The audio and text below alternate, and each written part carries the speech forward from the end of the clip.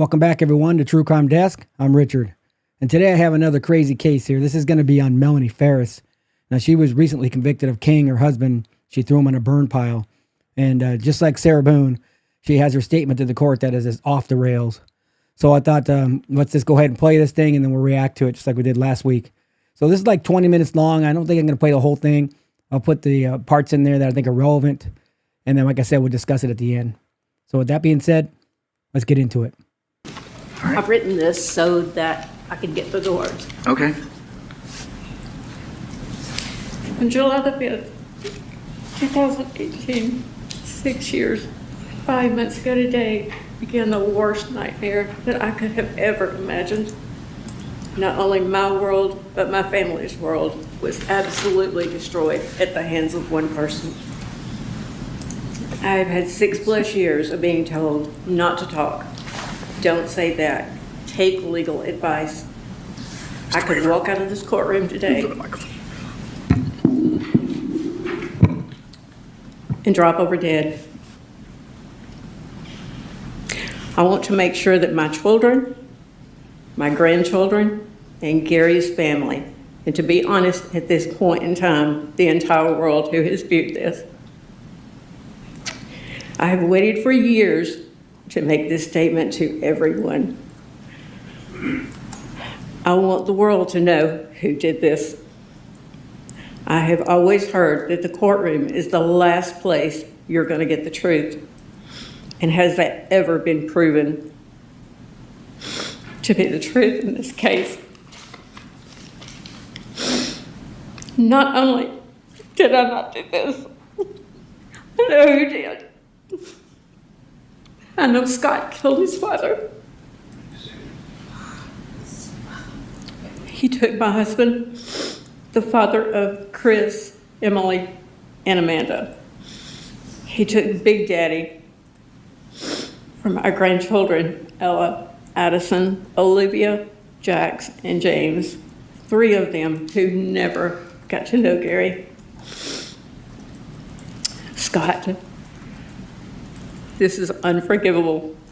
You, Scott, immediately started saying that there was a gun missing, a gun that nobody knew about. You never mentioned before. I asked you more days than not where your dad was, and this was the first time you ever had that response. There's a gun missing. You should have you did start immediately spinning your story. When you found out that Addison and Cameron were there the night before, you got so angry. Now I know why. I went to feed the baby goat the morning of July the 5th before I left for the lake. I saw where you had washed out the barn. I later found that several bottles of house wash were missing after this all happened several weeks ago. Now I know why. The photos of your bathroom spotlessly clean. Now I know why. I know why you demanded me to move the tractor that you so were upset about it being in the place. Now I know why. Scott, you called me on July the 4th and asked me what my plans were for the day. And I told you I was going to the lake with Amanda, and you were so glad that I was going. I thought it odd then. Now I know why. Scott, I saw Gary going to that barn the night of July the 3rd, right after you got home. And then Scott is going, and I thought then Scott's going to be in trouble for staying at the lake and playing golf all the time. Never in a million years did I ever think that this nightmare was starting then. I told you, Detective Hayes, that I saw Scott going over there to the barn. Where is that in the recording? A bag. I know exactly where and when I was standing. Scott, you put antifreeze under my kitchen sink to set me up for this. That only you would have known where it was because it was for the Mercedes. Scott, you failed your polygraph test. You recorded meetings at the attorney's office and turned them over to the DA's office. We hired Manny to help us. Emily is the one who used her daddy's credit card to pay for that attorney. I am the mother that was always there for my children, even though they had done things that were wrong. I love Ella and Addison more than life itself, and it was their life or mine. It would be mine in a heartbeat. Emily, who helped you move to and from an apartment and a house in 19-degree weather, even though I knew that you were trying to keep it from me. I was always there for you. I came back to you in Thompson Station after your husband was arrested to care for you and Olivia. I am so sorry that your children will never know their Big Daddy. I spent 18 plus months in the Cherokee County Jail over something that I did not do. The last thing, I thought that was the last thing I could do to Gary, for him, to get justice for him. Judge Cannon, I am begging for justice for Gary, for my children, for my grandchildren, for Gary's family. And I am begging that you throw out this verdict. Be the 13th juror. Help us get justice. I did not do this.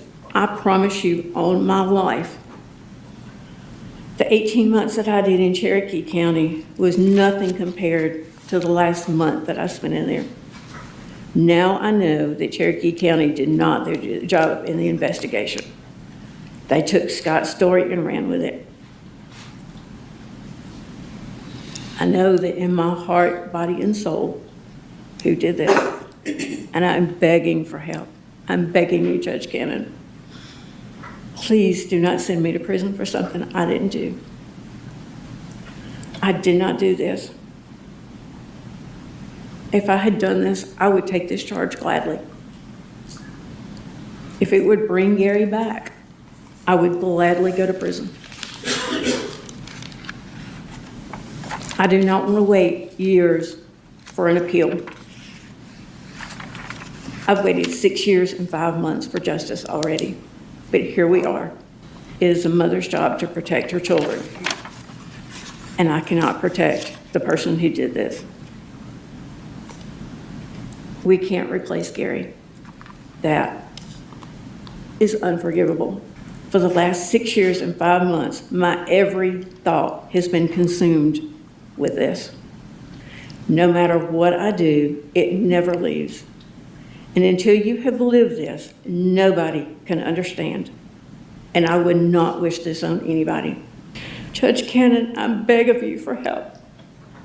As one parent to another, help me get justice for Gary and my family. A mother, or at least not this mother, does not blame her child unless she knows he did it. So before it's said that the only reason I'm telling you this is because I got a guilty verdict, it's not. If it had come back as not guilty, I would have still been begging for justice, for help getting the right person convicted. Because this has been the worst nightmare. It's been hell on earth. Knowing that your own son did this, and it's only been by the grace of God that I have survived this last 6 years and 5 months. If I could, I would gladly trade places with Gary. I plead with you to roll this verdict out. Help me get justice for the correct person.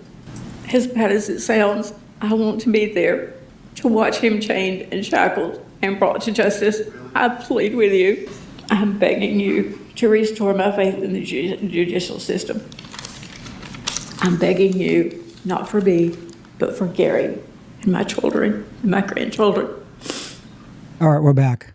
Well, I thought last week's was nuts. This one is really something. I've never seen anything like it. The first thing she does is blame her son, Scott, for killing her husband, Gary. That's the very first thing she does. And in case you didn't know, if you heard her say Big Daddy, that was a nickname for her husband. Everybody called him Big Daddy. And yeah, like I said, her son's reaction is just, I really feel sorry for him as he lost his father in a brutal way. I mean, he was caged and thrown on a burn pile. And now she's blaming him in open court. And you can see at one point he was shaking his head and did like slash across his neck, like, cut her off, stop her. I mean, she shouldn't be able to say all this, but the judge did stop her a couple times, and she kept trying to bring in stuff that wasn't evidence. And if it's not evidence in the court, she can't be bringing that up. So there was a couple points where he stopped her, and obviously I cut that out because it wasn't her statement. And then the prosecutor, she said that I'll go ahead and make a statement afterwards, and so she made a short one after some of the stuff she had mentioned. But it's crazy. But I definitely think that she's guilty. I definitely think that she had 100%. She was 100% the reason he's not around anymore. But she kept throwing all kinds of things out there. It's just ridiculous. But like I said, I thought the one last week was off the rails. This one is pretty crazy. She kept using that same term too. It's like, now I know why. Now I know why. Like she's trying to make this dramatic point. The only point you're making is that you're guilty, you're pathetic, and that you're blaming your own children. That's very, very sad. Jury have returned a verdict of guilty to all counts. Count 1, the malice murder being the primary charge.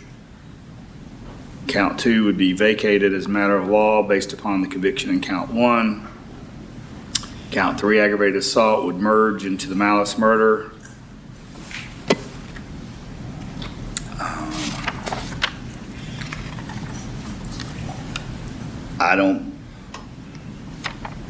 Without going into a lot of detail or my thoughts on it, jury's made a determination that Ms. Ferris was responsible for her husband's death, and she was found guilty of all charges.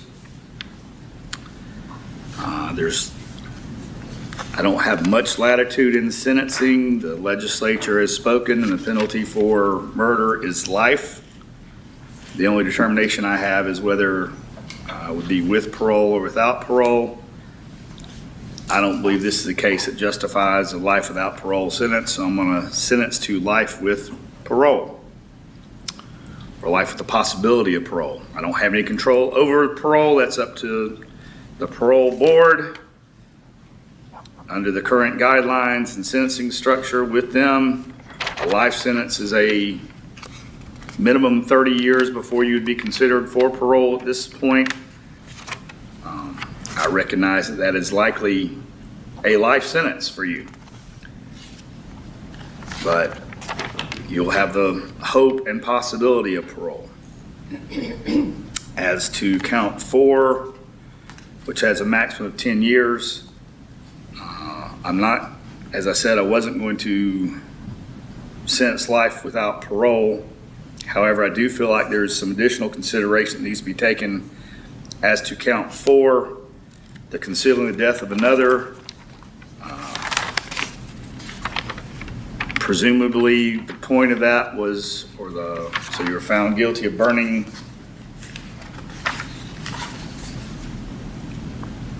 discarding and burning the body of Gary Wayne Ferris, hindering discovery of whether the person was unlawfully killed. That definitely hindered the investigation and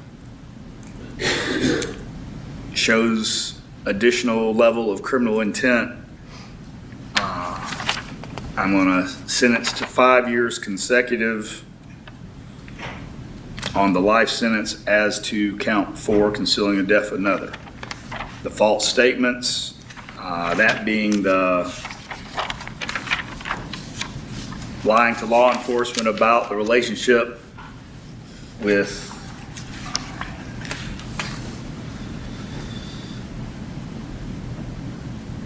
Mr. Barton. I believe if law enforcement didn't know about it at the time, they knew about it shortly thereafter. It was well known.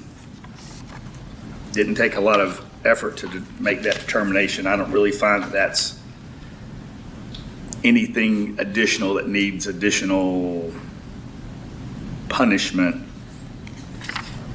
So I'll run the 5 years concurrent as to count 5. So that will be a life plus 5 with the possibility of parole. So, all right, that being sentence court. All right. Just as I thought, the judge gave her life. He gave her a possibility of parole, though. So she has to serve 30 years minimum for that. And then he gave her 5 years for the burning of the body and trying to hide it and all. So she has to do 35 years minimum, which is a life sentence. It's a death sentence for her. She's not getting out. So no matter what, she's in there for 35 years. And so at her age, she's not getting out. I think it's just. I think it's the right verdict. She's definitely guilty. Her statement was absolutely pathetic. It was actually disgusting what she was saying. It was absolutely infuriating and disgusting, in my opinion. But let me know what you think. Do you think she's guilty? What do you think about that statement? What do you think that compared to last week and Sarah Boone? What do you think? I mean, these two back to back, and they're like almost literally back to back too. This is not just the way I'm recording them, but yeah, it's pretty wild. So that's gonna do it. Next week I'm gonna do something a little bit different, completely different. I don't know if you guys, we'll see how it goes, if you guys like it or not. But I'm going to, because Christmas is coming up, so I'm going to do something completely different. Like I said, 3 times. And so you'll see that when it comes out. But so if you got something out of the video, let me know. Let me know what you think. Definitely want to know about these 2 statements. And if you haven't subscribed, please do.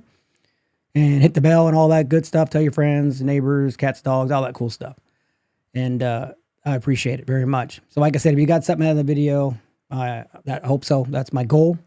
And thanks. I have a whole bunch of new subscribers, and thank you very much. It's very appreciated. It keeps me motivated, keeps me wanting to keep going. And I appreciate all the constructive criticism. I have no problem with that as long as it's respectful and trying to be helpful, because I'm not perfect. I'm just trying to get better at this. But I appreciate every one of you guys. Like I said, next week will be something a little bit different. And hopefully you'll enjoy that. Hopefully people will watch it. If not, I'm going to do it. It's something I want to do. I'm going to enjoy it. I can tell you that. All right. So that's going to do it. So until next time, stay safe, stay curious, and remember to always mind your surroundings. Bye.